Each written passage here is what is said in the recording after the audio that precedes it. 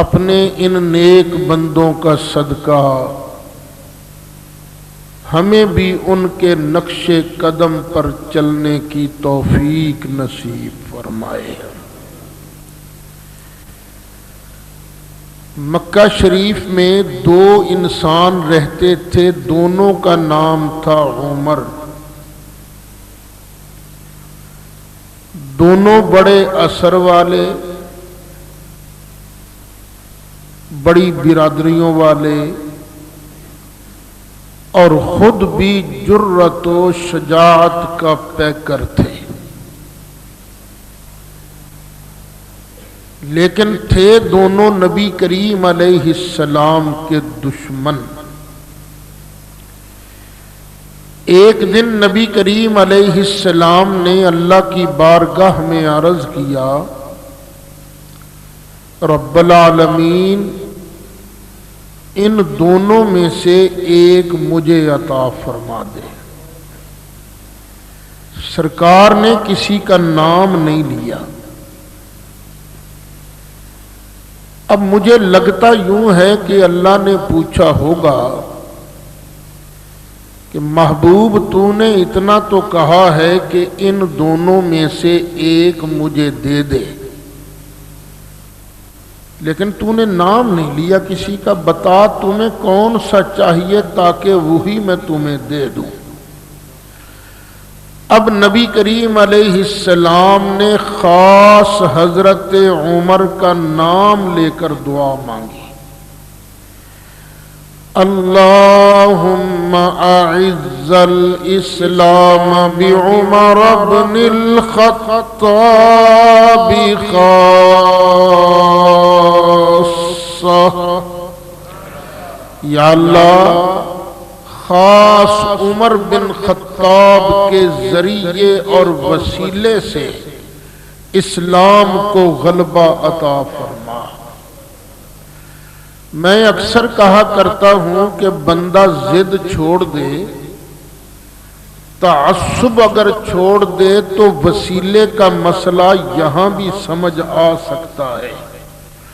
ضد کا تو علاج کوئی نہیں، فتح تو دینی تھی، غلبہ تو دینا تھا اللہ تعالی نے، لیکن نبی کریم علیہ السلام کیا دعا مانگ رہے ہیں؟ اللہم اعز الاسلام بعمر بن الخطاب خاصہ، یا اللہ خاص عمر بن خطاب کے ذریعے اور وسیلے سے اسلام کو غلبہ عطا فرما۔ ادھر رات سرکار نے دعا مانگی اور ادھر صبح ہی ابو جہل نے میٹنگ بلا لی۔ میٹنگ بلا کر کہنے لگا، او یارو اس نبی کا تو کچھ کرو، ہر دوسرے چوتھے دن کوئی نہ کوئی اس کا مرید بن جاتا ہے، ان کی تعداد بڑھتی جاتی ہے، کچھ سوچو ان کا۔ اخیر طے یہ ہوا کہ کوئی آدمی جرت کرے اور ختم ہی کر دے اس محمد کو صلی اللہ علیہ وسلم، نہ یہ ہوں گے نہ توحید کا ترانہ سنایا جائے گا، بات ختم ہو جائے گی۔ ابو جہل کہنے لگا یہ بات بالکل ٹھیک ہے، جو بھی اس کو قتل کر کے آئے گا پوری قوم کا ہیرو بن جائے گا۔ اسی مجلس میں حضرت عمر بھی بیٹھے ہوئے تھے، عمر تھی 27 سال، اور یہ رشتے میں حضرت عمر بن خطاب رشتے میں ابو جہل کے بھانجے تھے۔ یہ کھڑے ہو گئے، سینے پر ہاتھ مار کے کہنے لگے، ماموں یہ کام میں کروں گا۔ ابو جہل بھی کہنے لگا، خطاب کے بیٹے میرا یہی خیال تھا کہ اگر اتنی جرت کا مظاہرہ کوئی کر سکے گا تو وہ خطاب کا بیٹا ہوگا۔ جا یہ کام کر کے آ، تو پوری قوم کا ہیرو بن جائے گا۔ انہوں نے طیش اور غصے کے عالم میں تلوار باہر نکالی اور چل پڑے نبی کریم علیہ السلام کا سر لینے کے لیے، لیکن تقدیر مسکرا رہی تھی، عمر تو سر لینے نہیں سر دینے جا رہا ہے، کیونکہ رات اللہ کے محبوب نے اللہ سے تجھے مانگ لیا ہے۔ کہ جا رہے تھے راستہ میں ایک ان کا دوست ملا جس کا نام ہے نعیم، بعد میں یہ مشہور ہوئے نعیم نحام کے نام سے۔ نحام کا معنی ہے کھانسنے والا۔ کیا ہم نہیں کھانستے؟ ہم بھی کھانستے ہیں، لیکن اس کو نحام کیوں کہتے ہیں؟ اس لیے کہ جب نبی کریم علیہ السلام معراج سے واپس آئے تو آپ نے فرمایا نعیم ہم اوپر تھے تو نیچے کھانسا تھا، تیرے کھانسنے کی آواز ہم نے اوپر سنی تھی، تو اس لیے انہیں کہا جاتا ہے نحام۔ انہوں نے دیکھا عمر بڑے غصے میں ہے، تلوار نکالے ہوئے ہے اور جا رہا ہے۔ پوچھا کدھر جا رہے ہو بھائی؟ عمر نے کہا ہٹ جا پیچھے، آج کسی کی خیر نہیں۔ او خوب پتہ تو چلے کس کی خیر نہیں۔ کہنے لگے لگ جائے گا پتہ تجھے بھی۔ اس ساتھی نے فرمایا ہاں اب تو بڑا ہو گیا نا، اب ہمیں یاروں کی کیا پرواہ۔ کہنے لگے نہیں، بات یہ ہے میں محمد کا سر لینے جا رہا ہوں صلی اللہ علیہ وسلم۔ انہوں نے فرمایا پہلے یہ تو بتاؤ اس کا قصور کیا ہے؟ کہنے لگے یہ تھوڑا قصور ہے، وہ کہتا ہے لا الہ الا اللہ، یہ تھوڑا قصور ہے؟ دیکھو ہمارے بڑے بڑے بت ہیں، خدا ہیں، حضرت حبل ہیں، یہ دیوی ہے، عزا ہے، لات ہے، منات ہے، یہ سب جھوٹے اور سچا وہی ہے جو نظر نہیں آتا، یہ تھوڑا قصور ہے؟ اس نے فرمایا عمر پھر انصاف کی بات یہ ہے اگر یہ جرم ایسا ہے جو واجب القتل ہے تو پھر یہ جرم تو تیرے اپنے گھر میں بھی ہو رہا ہے۔ کیا مطلب؟ کیا کہہ رہے ہو؟ فرمایا تیری سگی بہن جس کا نام ہے فاطمہ وہ بھی اور تیرا بہنوئی دونوں کہتے ہیں لا الہ الا اللہ محمد الرسول اللہ۔ کہنے لگے نہیں تم جھوٹ بولتے ہو، وہ کیسے یہ کہہ سکتے ہیں، میرے بغیر تو وہ چلتے نہیں ہیں۔ انہوں نے ہنس کے کہا یار یہ اس میں کون سے سوچ بچار کی بات ہے، جا نہ ان کے گھر چلا جا۔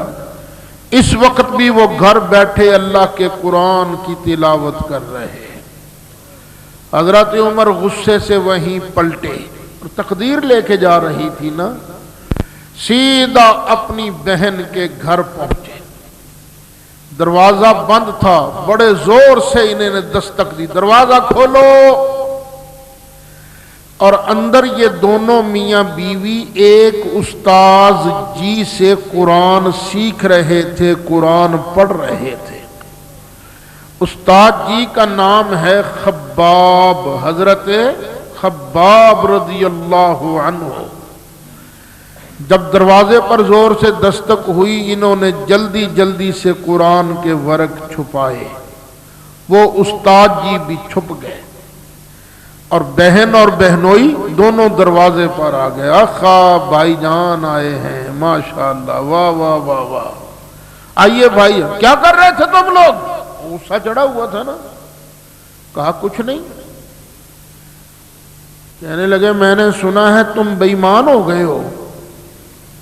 فرمایا نہیں بھائی جان ہم بے ایمان نہیں ہوئے، ہم نے اللہ کا سچا دین قبول کیا ہے۔ بس جب یہ سنا، سنتے ہی بہنوئی کو یہاں سے پکڑ لیا، اور مارنا شروع کیا، دے تھپڑ دے مکے، مارنا شروع کر دیا۔ بہن نے دیکھا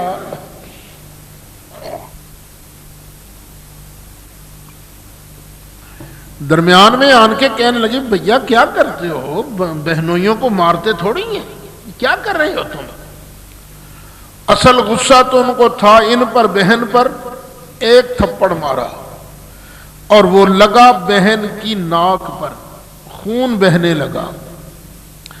جب بہن نے خون بہتے دیکھا تو کہہ دیا، بہن بولی عمر ہم کو اگر تو مار بھی ڈالے،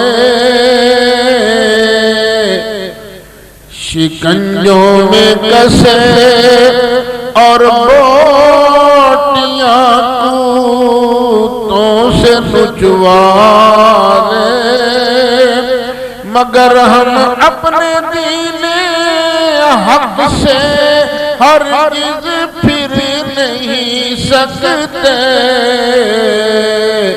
بلندی معرفت کی مل گئی ہے گر نہیں سکتے۔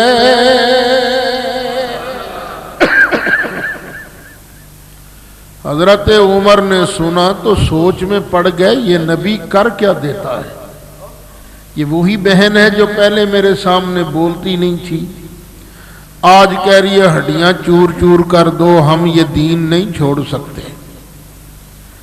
دل میں آیا کہ وہ قرآن دیکھنا تو چاہیے جو یہ پڑھتے ہیں۔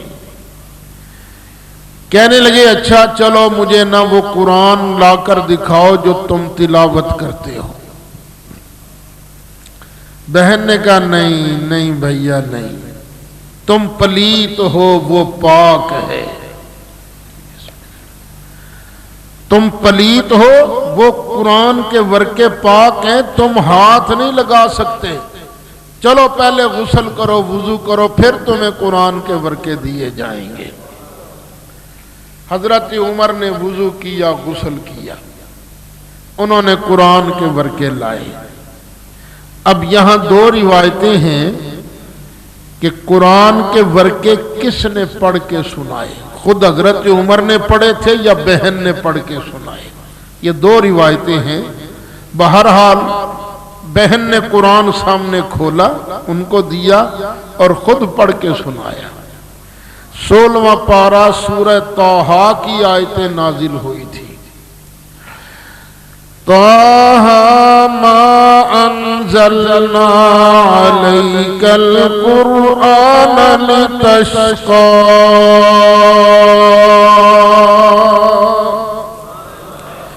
الا تذکرۃ لمن یخشی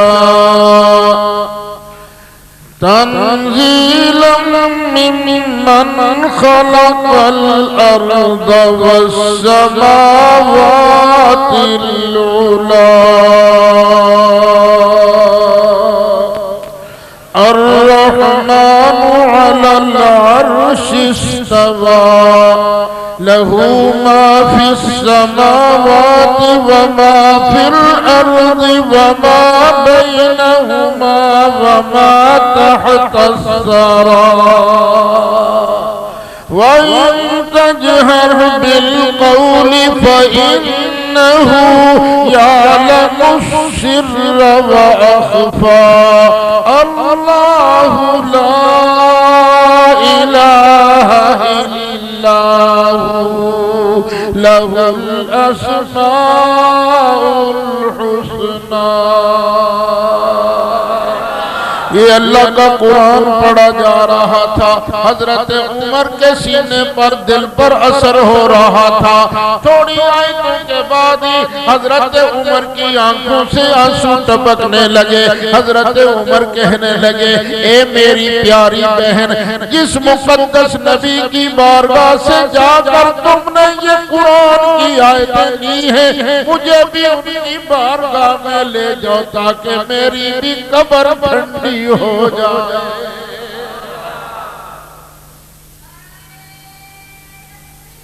اللہ اکبر یا رسول اللہ یا رسول۔ اب وہ استاد جی کون سے اندر چھپ کے بیٹھے ہوئے تھے؟ حضرت خباب وہ دروازہ کھول کے باہر آ گیا، کہنے لگے اے عمر جب تو غصے کے عالم میں دروازے پر دستک دے رہا تھا میں سمجھ گیا تیری تقدیر کے بدلنے کا وقت آ گیا ہے، اس لیے کہ رات میں سرکار کی بارگاہ میں موجود تھا، انہوں نے اللہ سے تجھ کو مانگ لیا تھا، اب تو کیسے ادھر ادھر جا سکتا تھا؟ یعنی وہ صحابی تھے، وہابی نہیں تھے، ان کا ایمان کیا تھا؟ اجابت کا صحرا عنایت کا جوڑا دلہن بن کے نکلی دعائے محمدی، اجابت نے جھک کر گلے سے لگایا، اجابت نے جھک کر گلے سے لگایا، بڑی ناز سے جب دعائے محمدی، بڑی ناز سے جب دعائے کیوں نہ کہیں خدا کی رضا چاہتے ہیں، خدا کی رضا چاہتے ہیں، محبت اور پیار سے کہہ دیجئے خدا کی رضا چاہتے ہیں، خدا کی رضا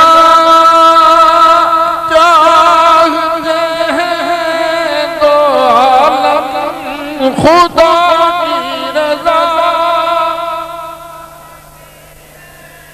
دو عالم، خدا چاہتا ہے رضائے محمدی، خدا چاہتا ہے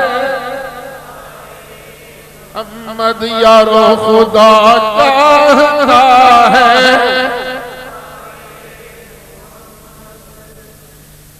خیر حضرت عمر کو سرکار کی بارگاہ میں لے جایا گیا، سرکار اس وقت حضرت زید بن ارقم کے مکان پر تشریف فرما تھے، یہ اونچی جگہ پر تھا، پہاڑی پر، وہاں سے پتہ چل جاتا تھا کون آ رہا ہے کون جا رہا ہے، حفاظتی نقطہ نظر سے بہترین جگہ تھی۔ دروازہ اگرچہ بند تھا لیکن صحابہ نے جھریوں سے دیکھ لیا عمر آ رہا ہے، تلوار ہاتھ میں ہے، گھبراہٹ تو ہوئی نا، دلیر بڑے تھے حضرت عمر آ رہا ہے تلوار ہاتھ میں ہے۔ حضرت حمزہ بھی چند دن پہلے مسلمان ہوئے تھے، بعد نے لکھا صرف 2 دن پہلے۔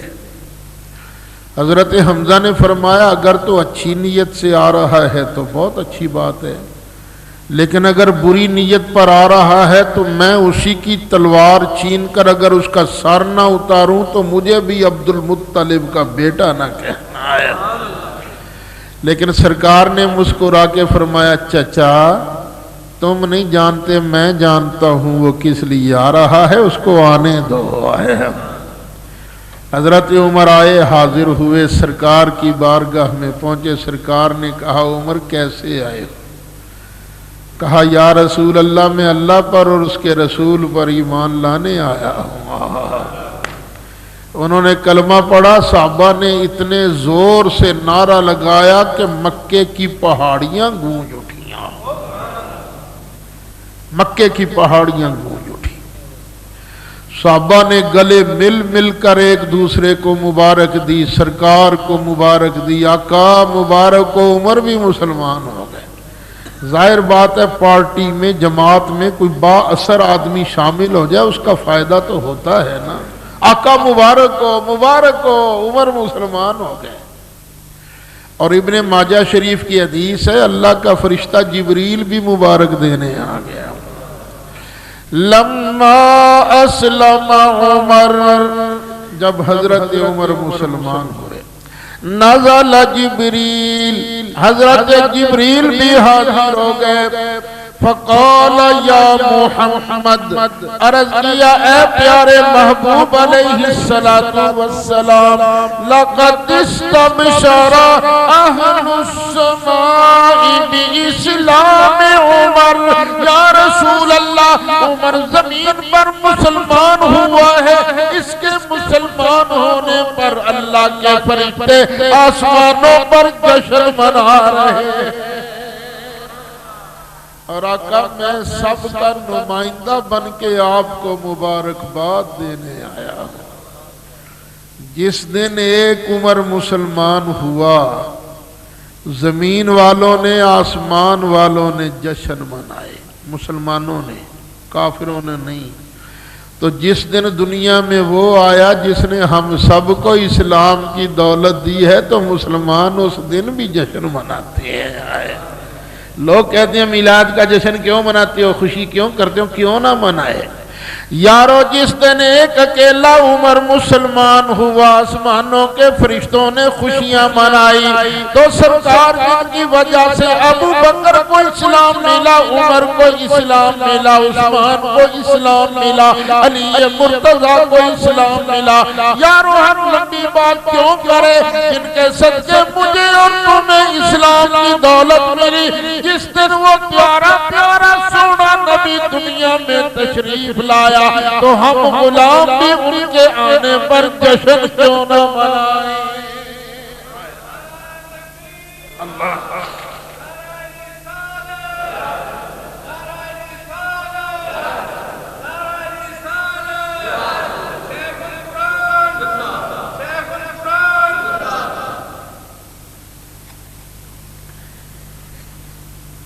حضرت عبداللہ بن مسعود فرماتے ہیں کہ جس دن سے حضرت عمر مسلمان ہوئے، اسی دن سے اسلام کا غلبہ اور عروج شروع ہو گیا۔ ایک روایت یہ بھی ہے، اگرچہ اس میں اختلاف ہے، کہ حضرت عمر کتنویں نمبر پر مسلمان ہوئے،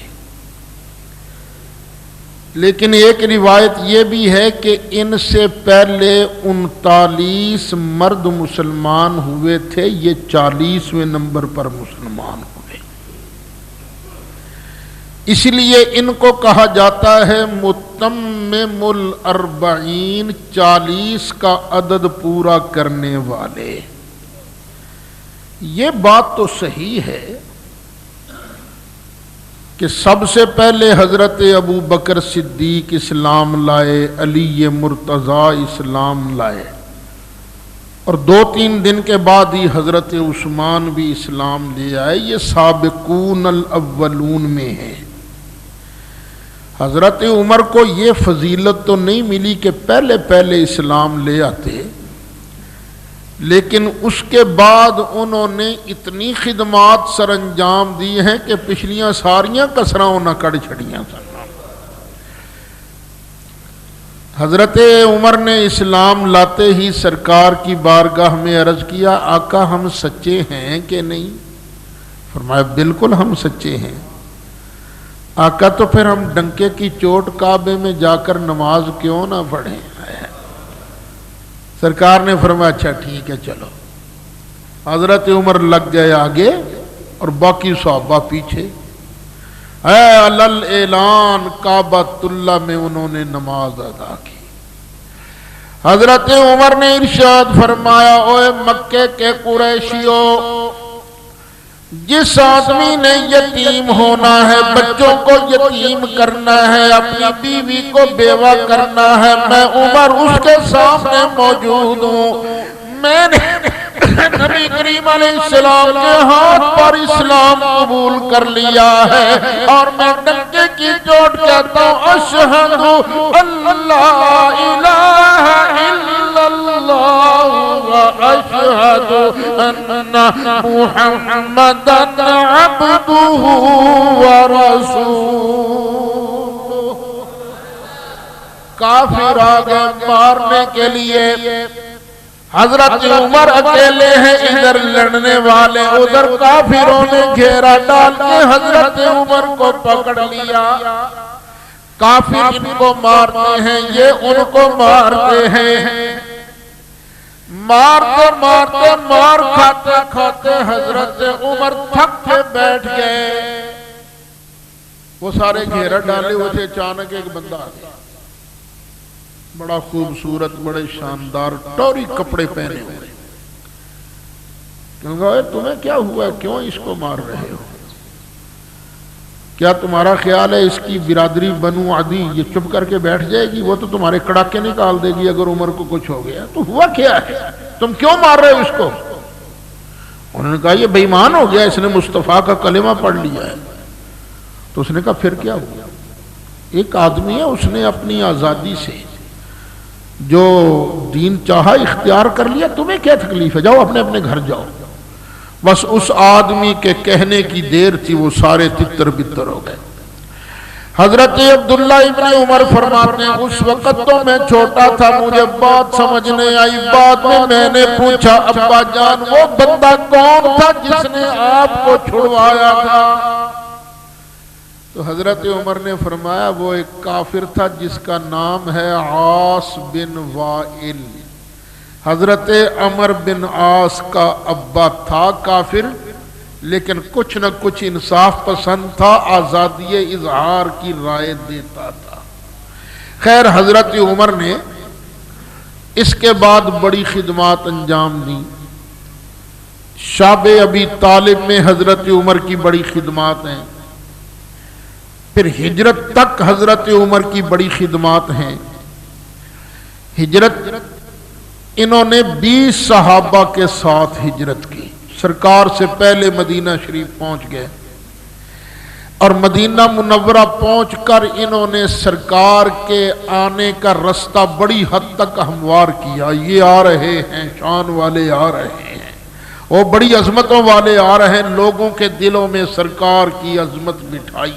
حضرت عمر کا یہ کام تھا۔ پھر سرکار مدینہ شریف آ گئے، بدر میں بھی بڑا شاندار کارنامہ سر انجام دیا، سگے ماموں کو اپنے ہاتھوں سے قتل کیا۔ وجہ کیا تھی کہ یہ نبی پاک کا گستاخ ہے، میرا کیا لگتا ہے جو مصطفیٰ کا ہے وہ میرا ہے، جو مصطفیٰ کا نہیں وہ میرا ہے ہی نہیں۔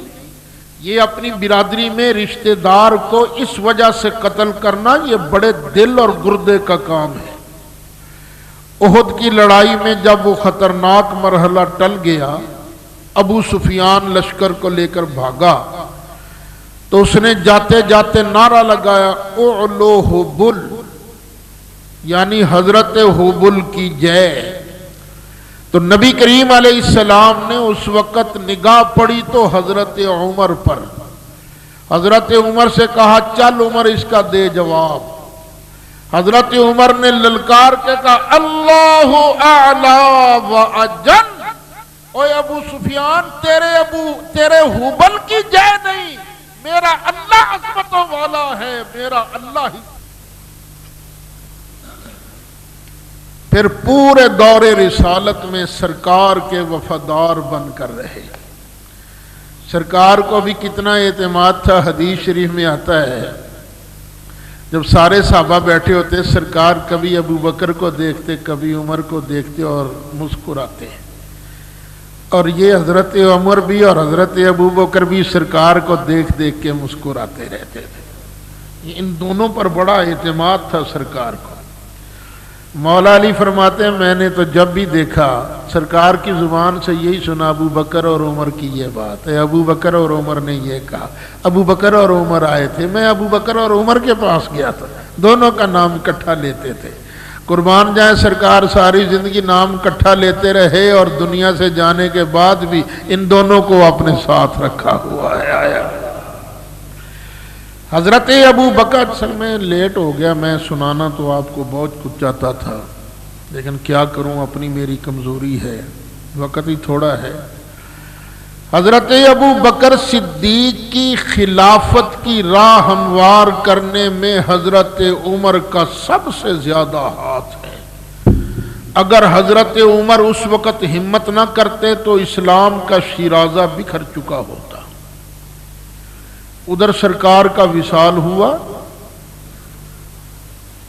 تو تھوڑے ہی وقت کے بعد، چند گھنٹوں کے بعد ہی انصار نے اپنی الگ میٹنگ شروع کر دی۔ کسی نے کہہ دیا ہوگا کہ اب وقت ہے کچھ کر لو۔ انصار میٹنگ میں مصروف تھے کہ نبی کریم علیہ السلام کا وصال ہو گیا ہے تو خلیفہ ہم میں سے ہونا چاہیے، جانشین رسول ہم میں سے ہونا چاہیے۔ آپ ذرا ٹھنڈے دل سے سوچیں، انصار وہ ہیں جنہوں نے سب کچھ سرکار پر قربان کر دیا تھا۔ اگر انصار کے کان میں یہ بات پہنچی ہوتی کہ غدیر خم میں نبی کریم علیہ السلام نے مولا علی کو جانشین مقرر کر دیا ہے، من کنت مولاہ فہذا علی مولاہ، تو انصار بغیرت تو نہیں تھے کہ فرمان رسول کی مخالفت کرتے اور خود اپنی امارت کا فیصلہ کرتے، وہ تو حضرت علی کے پیچھے ہوتے۔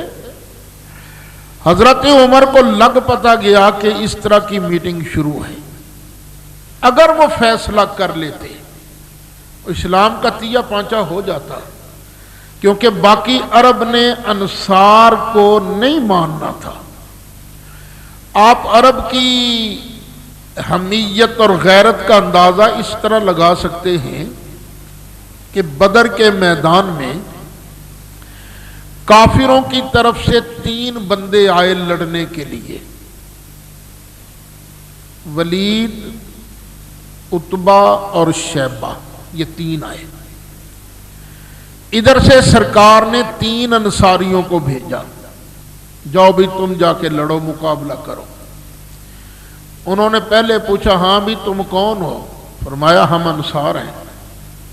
انہوں نے کہا جاؤ جاؤ، تمہارا ہمارا جوڑ ہی نہیں بنتا، تم کسان قسم کے آدمی ہو، ہم قریشی ہیں، ہمارا تمہارا جوڑ نہیں بنتا، جاؤ۔ آواز دیے محمد ہمارے جوڑ کا بھیجو۔ تو سرکار نے فرمایا قم یا حمزہ، چچا جی آپ ذرا چلیے نا، قم یا علی، چلو علی آپ بھی چلو۔ اور اپنے تایا حارث کے بیٹے عبیدہ سے کہا قم یا عبیدہ، چلو عبیدہ تم بھی چلو۔ اب جب یہ سامنے آئے نا تو انہوں نے کہا ہاں یہ ہمارے جوڑ کے بندے ہیں، یہ مزاج تھا ان کا۔ اور ابو جال جب قتل ہوا نا بدر کے میدان میں، حضرت عبداللہ بن مسعود گردن لگے نا اتارنے تو کہنے لگا اے میری گردن جڑی ہے نا اتوں کر کے نہ لائیں، تھلیوں کر کے لا، لمبی گردن نظر آئے تاکہ پتہ چلے یہ کسی سردار کی گردن ہے۔ یعنی یہ عمومی مزاج تھا، باقی عرب نے انصار کو قبول نہیں کرنا تھا۔ حضرت عمر کو پتہ چلا، فٹ ابو بکر صدیق کو پکڑا اور انصار کی اس میٹنگ کے اندر چلے گئے۔ ان کو آتے دیکھ کر سارے خوش ہو گئے۔ اب انہوں نے کہا تم کس لیے آئے ہو؟ انہوں نے کہا جی نبی کریم علیہ السلام کا جانشین مقرر کرنے آئے ہیں۔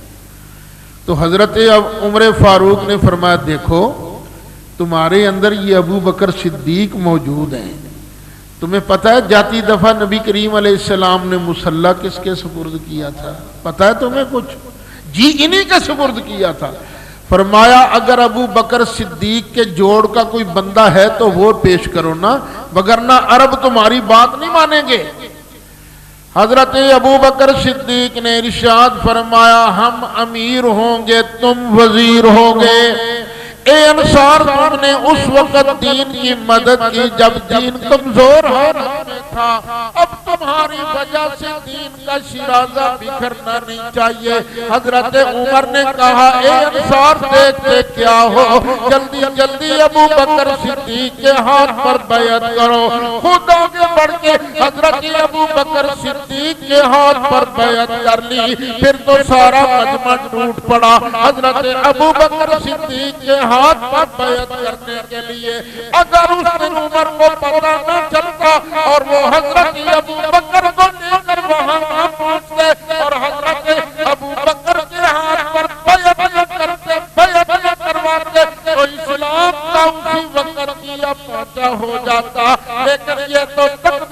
کا فیصلہ تھا والذی ارسل رسولہ بالہدی ودین الحق لیظہرہ علی الدین کلہ وکفی باللہ شہیدا۔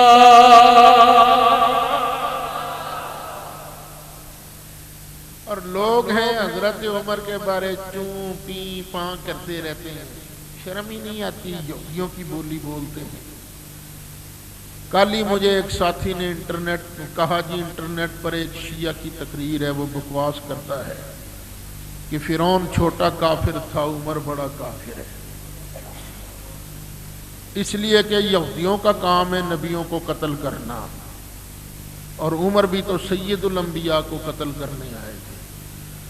ہم نے کہا بکواس مت کرو، عمر اس وقت کافر تھے جب وہ سرکار کو قتل کرنے آئے، لیکن سرکار کی شان بھی تو دیکھا نا، آیا سر لینے تھا لیکن سر مصطفیٰ کو دے کے چلا گیا۔ اگر عمر کے اندر کوئی ایسی گڑبڑ ہوتی تو حضرت علی کبھی حضرت عمر کے نام پر اتفاق کرتے؟ بیٹا حسین تھا وہ کٹ گیا، لیکن یزید کو اس نے اپنا امام نہیں مانا، تو باپ علی مرتضیٰ کم دلیر تھے؟ وہ میں نے شاید پچھلے جمعہ یا اس سے پچھلے جمعہ آپ کو سنائی تھی بات ہے۔ حضرت ابو بکر صدیق کا انتقال ہونے لگا تو حضرت عثمان کو بلایا، فرمایا وصیت لکھو۔ حضرت عثمان نے وصیت لکھنی شروع کی۔ حضرت ابو بکر صدیق نے لکھواتے لکھواتے کہا کہ میں اپنا جانشین مقرر کرتا ہوں، آگے غشی تاری ہو گئی، نام نہیں لکھوایا۔ حضرت عثمان نے اپنی طرف سے نام لکھ لیا عمر بن خطاب کو۔ جب حضرت ابو بکر کو ہوش آیا فرمایا بتاؤ تم نے کیا لکھا ہے؟ عرض کیا جناب میں نے یہ لکھا ہے کہ میں اپنا جانشین مقرر کرتا ہوں عمر بن خطاب کو۔ فرمایا میں نے یہ لکھوایا تو نہیں تھا لیکن لکھوانا یہی تھا۔ فرمایا جی مجھے بھی آپ کے مزاج کا پتہ تھا اسی لیے میں نے عمر کا نام لکھا ہے۔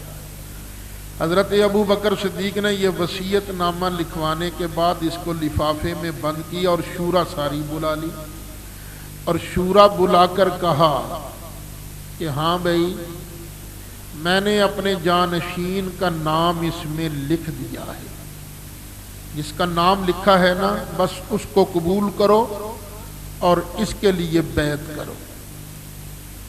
باقی سب نے کہا جی بالکل ٹھیک، لیکن علی مرتضیٰ بول پڑے، کہنے لگے امیر المومنین میری بھی بات سن لیجئے، اگر تو اس میں عمر کا نام ہے تو میں مانوں گا وگرنہ میں نہیں مانوں گا۔ اب اگر حضرت عمر میں یہ بات ہوتی کوئی گڑبڑ ہوتی تو علی جیسا شیر مرد کیا اس طرح کی بات کرتا؟ نہ کرتا۔ حضرت علی تو بڑے مخلص تھے حضرت عمر فاروق سے، اور پھر آپ کو پتہ ہونا چاہیے شیعوں نے خود لکھا ہے، ان کی کتاب تہذیب الاحکام الاستبصار اس کے اندر موجود ہے، جس طرح ہماری سیاہ ستہ ہے نا ان کی ہے سیاہ اربع، ان دونوں کے اندر یہ بات موجود ہے مولا علی نے خود اپنی سگی بیٹی مولا حسن حسین کی سگی ہمشیرہ فاطمہ زہرا کی لخت جگر نبی پاک کی سگی نواسی حضرت ام کلثوم کا نکاح مولا علی نے حضرت عمر سے کیا تھا۔ اگر عمر میں گڑبڑ ہوتی تو کیا حضرت علی ان کو بیٹی کا رشتہ دیتے؟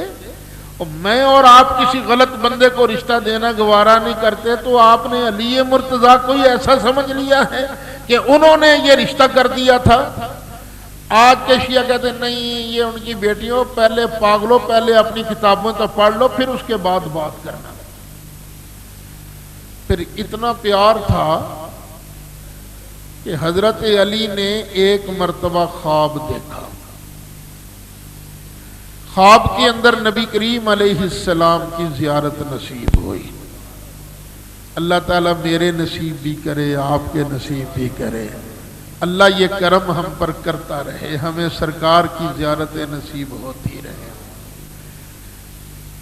نبی کریم علیہ السلام نے فجر کی نماز پڑھائی، حضرت علی نے بھی پیچھے نماز پڑھی۔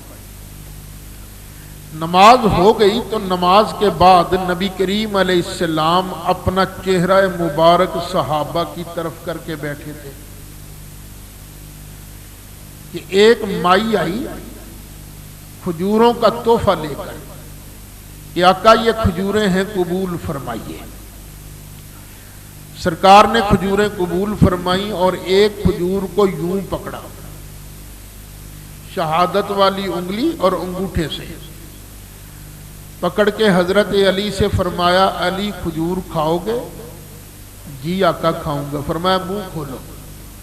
حضرت علی نے منہ کھولا تو سرکار نے یوں کھجور پکڑ کر اپنے ہاتھ سے حضرت علی کے منہ میں کھجور ڈالی، باقی کھجوریں تقسیم کر دیں۔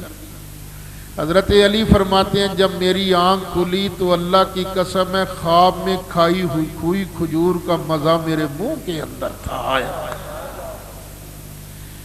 میں بڑا خوش کہ میں جاتا ہوں اور جا کے عمر کو یہ خواب سناتا ہوں۔ نماز کا وقت آ گیا، مصلی پر تھے حضرت عمر اور حضرت علی کو جگہ ادھر ہی ملی جدھر رات خواب میں جگہ ملی تھی۔ اب مولا علی اپنی زندگی میں نمازیں کس کے پیچھے پڑھا کرتے تھے؟ حضرت ابو بکر کے زمانے میں حضرت ابو بکر کے پیچھے، حضرت عمر کے زمانے میں حضرت عمر کے پیچھے، اور حضرت عثمان کے زمانے میں حضرت عثمان کے پیچھے۔ میرے پاس روز ہی کوئی نہ کوئی جی ساڑھے مولوی صاحب چاہے خرابی ہے ساڑھی نماز ہو جاندی ہے، پوچھتے ہو تم لوگ مسئلہ۔ میں اور تم چاہتے ہیں کہ ہمارا امام اعلیٰ ہو، اس کے اندر کمی نہ ہو، تو مولا علی کوئی تم نے ایسا چٹو سمجھ رکھا ہے جو غلط قسم کے اماموں کے پیچھے نماز پڑھتے رہے؟ میں اور تو اپنا امام اعلیٰ چاہتے ہیں تو اللہ کی قسم ہے علی مرتضیٰ بھی اپنا امام بے مثال چاہتے تھے۔ وہ اگر اپنے زمانے میں بے مثال نہ ہوتے تو مولا علی کبھی ان کے پیچھے نمازیں نہ پڑھتے۔ خیر جماعت ہو گئی، اب یہ جاگتے کی بات ہے۔ حضرت عمر نے ویسے ہی رخ پھیرا جس طرح رات سرکار نے رخ پھیرا تھا۔ حضرت علی خواب سنانے لگے کہ دیکھا ایک مائی آگے کھجوریں لے کر، امیر المومنین یہ کھجوروں کا تحفہ قبول کیجیے۔ حضرت عمر نے مسکرا کے کھجوریں قبول کر لی اور پھر نہ اپنے شہادت والی انگلی اور انگوٹھے سے ایک کھجور پکڑی اور مسکرا کے کہا علی کھجور کھاؤ گے؟ انہوں نے کہا کھاؤں گا۔ فرمایا منہ کھولو۔ منہ کھولا، حضرت عمر نے ویسے ہی کھجور حضرت علی کے منہ میں ڈالی جس طرح رات خواب میں سرکار نے منہ میں ڈالی تھی، اور باقی کی کھجوریں تقسیم شروع کر دیں۔ حضرت علی نے کہا عمر اور نہیں دو گے؟ فرمایا راتی کنیاں ملیاں سن آیا اللہ۔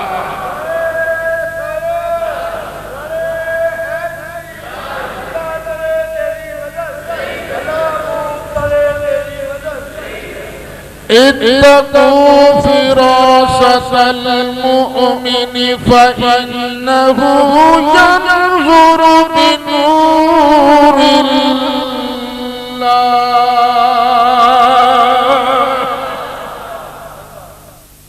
یکم محرم کو اسی عظیم شخصیت کا انتقال ہوا جن کے بارے انگریز بھی کہتا ہے مسلمانوں کو کبھی ایک عمر اور مل گیا نا تو پوری دنیا میں انہی کی حکومت۔ اس طرح کی آپ نے حکومت فرمائی۔ اللہ تعالی ہمیں بھی حضرت عمر کے طریقے پر چلنے والا کوئی ایک آدھ تھوڑا بہت رکھنے والا ہی اللہ ہمیں حکمران عطا فرمائے۔ پتہ ہے کس طرح حکومت کی؟ حضرت علی فرماتے ہیں میں نے دیکھا حضرت عمر بھاگ رہے اونٹ پر، کبھی ادھر کبھی ادھر۔ عمر کدھر جا رہے ہیں؟ فرمایا بیت المال کا ایک اونٹ گم گیا ہے، میں اس کو تلاش کرنے جا رہا۔ حضرت علی نے کہا عمر تو نے اپنے جانشینوں کو وقت ڈال دیا، وہ بھی تیرے طریقے پر اتنی محنت کون کرے گا جتنی تو۔ فرمایا علی یہ تو ہے اگر ایک بکری فرات کے کنارے پر گم ہوگی میں اس کو بھی یوں ہی تلاش کر کے لاؤں گا۔ یعنی بیت المال کی اتنی حفاظت کرتے تھے، ذاتی مال تو نہیں تھا نا، وہ بیت المال تھا۔ اور ہمارے حکمران جو ہیں بیت المال کو ذاتی جاگیر سمجھ کر، ابے کے دیے ہوئے وراثت سمجھ کر کروڑوں روپیہ للے تللے میں گزارنا شروع کر دیتے ہیں۔ اللہ تعالی ہمارے حکمرانوں کو بھی ہدایت دے رہے۔ وہ میں 3-4 دن پہلے ایکسپریس میں ایک کالم پڑھ رہا تھا، بلوچستان کا وزیر اعلیٰ ہے نا ڈاکٹر عبد المالک، اس کے بارے خبر تھی، مجھے بڑی پسند آئی کہ پہلے جو وزیر اعلیٰ تھا صرف اس کے کپڑے دھونے کا خرچہ لاکھوں روپے تک پہنچتا تھا، اور یہ جو نیا وزیر اعلیٰ ہے یہ 1 روپیہ بھی اپنے کپڑے دھونے پر سرکاری خزانے سے خرچ نہیں کرتا۔ کیوں؟ اس کی بیوی سارے کپڑے دھو دا کے اس کو پہنا دیتی۔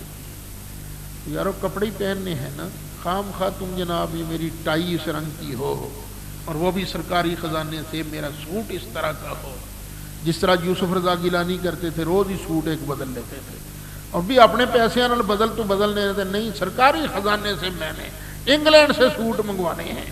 اور خدا کا خوف کرو، یہ سرکاری خزانہ یہ بیت المال ہے، عوام کا پیسہ ہے، اللہ کی قسم ہے ایک ایک پیسے کا تمہیں حساب دینا پڑے گا۔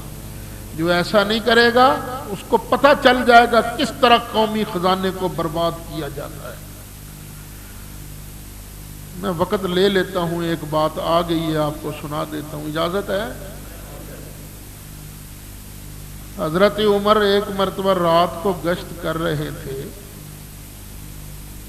ایک گھر سے آوازیں آ رہی تھی، کھڑے ہو گئے، سننے لگے کیا آواز آ رہی ہے۔ ایک بڑی آواز تھی بڑی عورت کی، اور بیٹی ڈال دے دودھ میں پانی ڈال دے۔ بیٹی کہتی نہیں اماں میں نہیں ڈالوں گی، امیر المومنین نے مجھے منع کیا ہے کہ دودھ میں پانی نہیں ڈالنا، خالص دودھ بیچنا ہے۔ ایک گوالن تھی، وہ ماں کہہ رہی ہے وہ امیر المومنین کہاں دیکھ رہا ہے؟ وہ بیٹی کہتی اماں وہ نہیں دیکھ رہا تو وہ تو دیکھ رہا ہے نا، میں نہیں پانی ڈالتا۔ حضرت عمر نے مکان کو نشان لگایا اور گھر آ گیا۔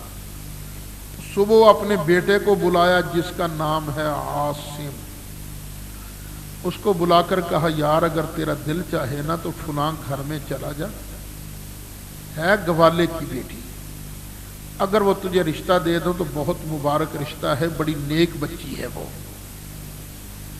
انہوں نے جا کے رشتہ مانگا، اور ان کو اور کیا چاہیے تھا، امیر المومنین کا بیٹا رشتہ مانگ رہا ہے، شادی ہو گئی۔ اب دیکھو نیک بچیاں ہوں تو پھر رزلٹ کیا نکلتا ہے۔ اسی نیک بچی کی نسل سے پیدا ہوئے عمر بن عبدالعزیز، اور عمر بن عبدالعزیز جب برسر اقتدار آئے، خلافت سنبھالی، انہیں عمر ثانی بھی کہا جاتا ہے۔ انہوں نے سب سے پہلے اپنی اہلیہ کو کہا دیکھو یہ جو تمہیں مال ملا ہوا ہے نا یہ تیرے ابے نے بیت المال سے تمہیں دیا تھا، یہ خلیفہ وقت کی بیٹی تھی، اور تیرے ابے کو کوئی حق نہیں تھا کہ سرکاری خزانے سے تجھے یہ چیزیں دیتا۔ اب اگر تو نے یہ مال اپنے پاس رکھنا ہے تو پھر مجھے چھوڑنا ہوگا، میں تجھے نہیں رکھ سکتا، اور اگر میرے ساتھ رہنا ہے تو یہ جو ناجائز مال ہے سارا واپس کرنا ہوگا۔ اس نے کہا سرتاج میں نے مال کو کیا کرنا ہے، میں تو آپ کا ساتھ چاہتی ہوں۔ وہ بھی نیک طبیعت تھی نا، وہ سارا مال انہوں نے بیت المال کے سپرد کر دیا، سرکاری خزانے میں جمع کر دیا۔ اب حضرت عمر بن عبدالعزیز نے اپنے بڑے بڑے وہ رشتہ دار جو تھے جنہوں نے سرکاری خزانہ ہڑپ کیا تھا ان سے مال کھینچنا شروع کر دیا، نکالو مال، نکالو مال، سب بیت المال میں جائے گا۔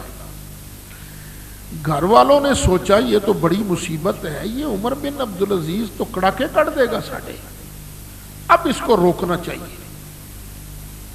روکنے کے لیے وہ جو ایک طریقہ ہے کہ کوئی اپنی برادری کی بڑی خاتون کو بطور سفارش لے جاتے ہو، یہ کام کروانا ہو، انہوں نے بھی نا جو رشتے میں حضرت عمر بن عبدالعزیز کی نانی لگتی تھی اس کو لیا، اور وہ بھی نا آن کے باہر ہی پاسا مار کے بہ نہیں کہ میں اندر نہیں آنا، میں نہیں اندر آنا، میں نہیں اندر آنا۔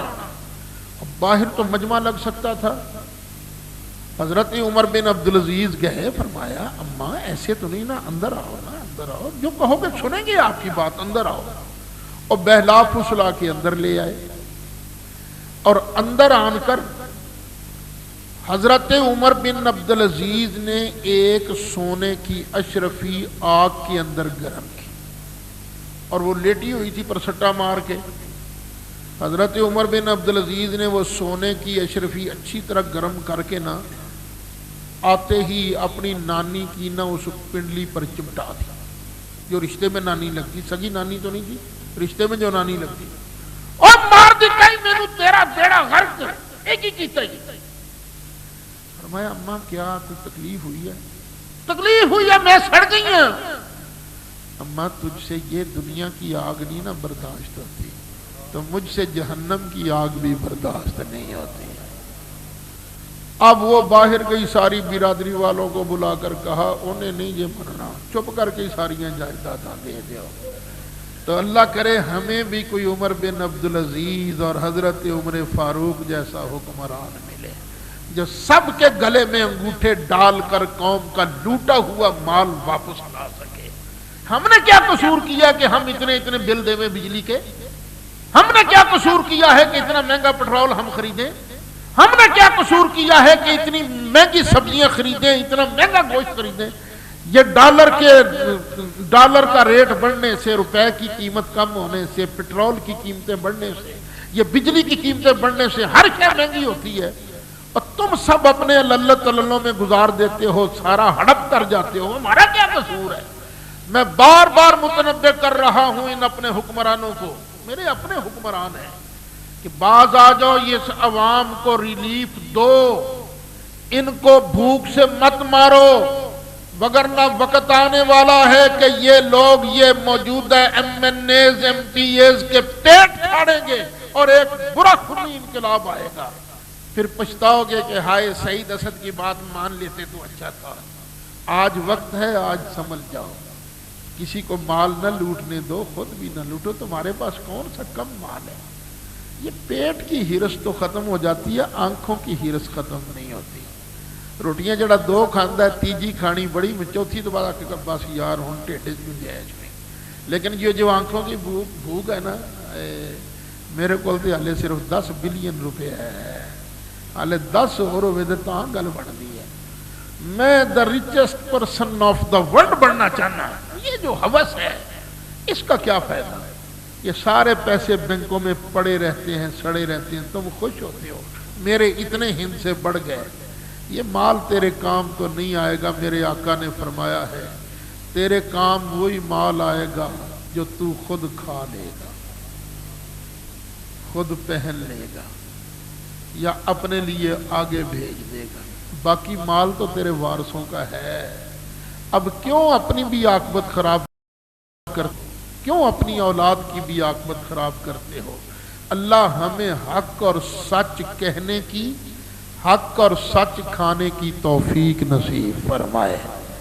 وہ نبی کریم کا ارشاد نہیں یاد آپ کو؟